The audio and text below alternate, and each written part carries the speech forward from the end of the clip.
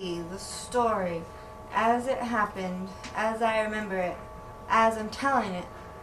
Oh God. Well, here goes. At exactly 6 o'clock tonight, I came home from work.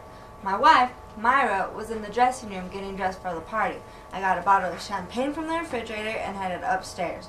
Rosita, the Spanish cook, was in the kitchen with Ramona, her Spanish sister, and Romero, her Spanish son. They were preparing an Italian dinner. They were waiting for Myra to tell her when to start the dinner. As I climbed the stairs, I said to myself, it's my 10th wedding anniversary, and I can't believe I still love my wife so much. Myra was putting on the perfume I bought her for Christmas. I purposely buy it because it drives me crazy. I tapped on her door. Tap, tap, tap. She opens it. I hand her a glass of champagne. I make a toast to the most beautiful wife a man ever had for 10 years. She makes a toast to the best man and best 10 years a beautiful wife ever had. We drink, we kiss, we toast again to the loveliest skin on the loveliest body that hasn't aged a day in 10 wonderful years.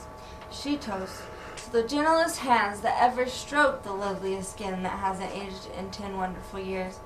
We drink, we kiss, we toast. We drink, we kiss, we toast. By 7 o'clock, the bottle is finished, my wife is sloshed, and I'm completely toasted. And then I smell the perfume I could never resist.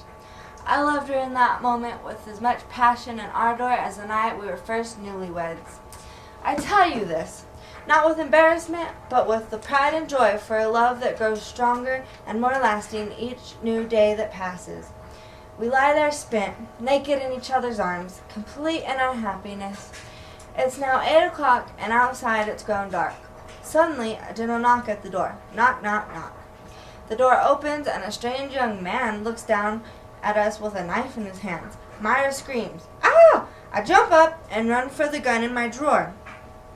I run back, and Myra grabs a towel and shields herself.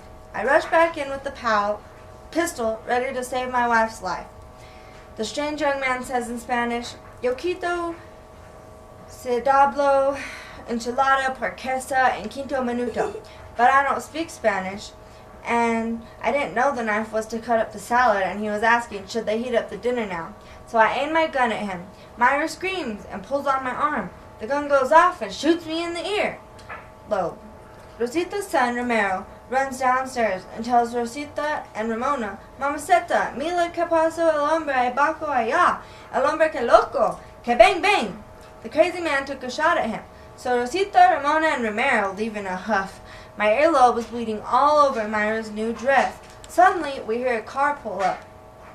It's the first guests. Myra grabs a bathrobe and runs downstairs to stop Rosita, Ramona, and Romero, otherwise we'll have no dinner. But they drive off in their Alfa Romeo. I look out my window, but it's dark, and I think someone is stealing my beautiful old Mercedes, so I take another shot at them. Myra runs down to the basement where we keep the cedar chest. She's looking for the dress she wore last year for Bonds for Israel.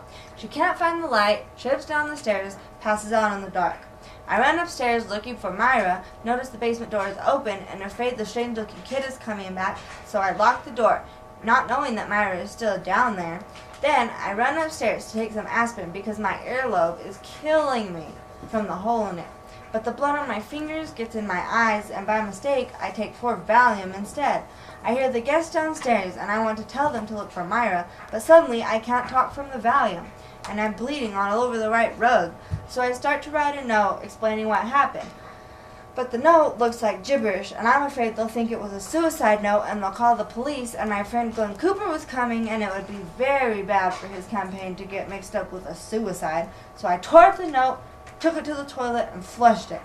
Just as they walked into my room, they're yelling at me, "What happened? What happened?" And before I could tell them what happened, I passed out on the bed.